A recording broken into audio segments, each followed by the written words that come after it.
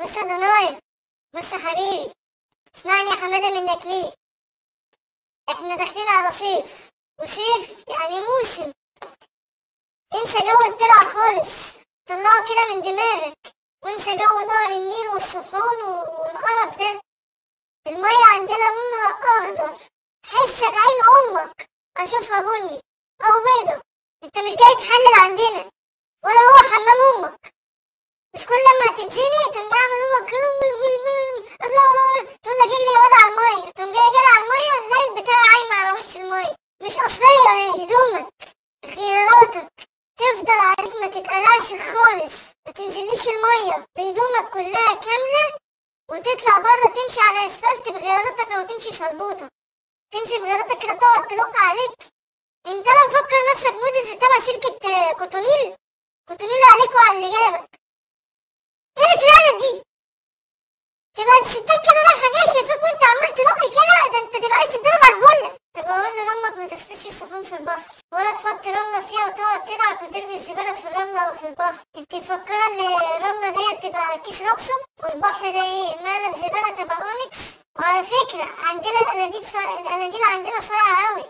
الاناديل عندنا قليل كده بتقرص في اماكن باتكال، كل واحد على حسب عفان. شوفي انت بقى هتتقرصي فين، ولا انت هتتنيل فين. يا ريت يا جماعة بعد إذنكم في المواصلات نوسع عن بعضينا شوية، الجو بيبقى حر مش محتاجة اللزقة ببعضينا كده، نبقى عاملين شبه العجينة. ويا ريت الناس تحط برفان في جسمها كله، وخصوصا تحت بطاطها، ما تبقاش عاملة كده وفي ريحة كلب ميت تحت بطاطها.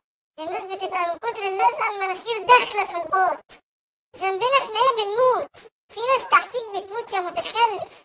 حط ريحة، ظبط حالك كده. والناس التانية اللي تبقى قاعدة كده مرة واحدة في الخباثة، يخرب بيت عفانة أمك. ايه القرف ده؟ ولا الناس التانية اللي تبقى قاعدة كده جنبك وموبايل يبقى مفتوح وتلاقي عاملة كده.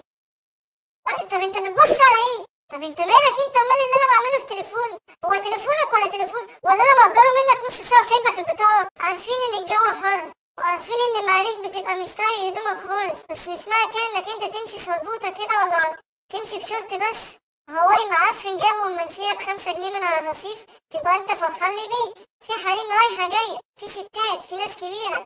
مينفعش تبقى ماشي كده رافع دراعاتك لفوق. انت مش عصفورة، ولا هي زريبة امك. صح ولا انا غلطان يا ابن الجزمة؟ اكيد صح. ناس التخينة تخينة ترحم نفسها شوية، كفاية طفح، كفاية طفح. بتزنقونا في العربيات، الواحد بيبقى قاعد عامل كده بسبب زنقته ما بين 2 تخان، وفي الشارع بيمشوا يدبدبوا. يعني الصيف اللي فات واحد داس على ماسورة كسرها بسبب طول امه. يا جدعان شغل الفيل اللي بتبقى جاية من الهند ده واحدة واحدة شوية. وفي البحر تلاقيه الكرش طالع كده بره المية وهو غاطس. ايه ده؟ تحس ان في كيس مقلوب ولا قنديل ميت في المية. واحدة واحدة شوية يا اخوانا، وراعوا الناس اللي انتوا جايين عليها. صيفوا زي ما انتوا عايزين، بس ما تقرفوناش والنبي. السلام عليكم.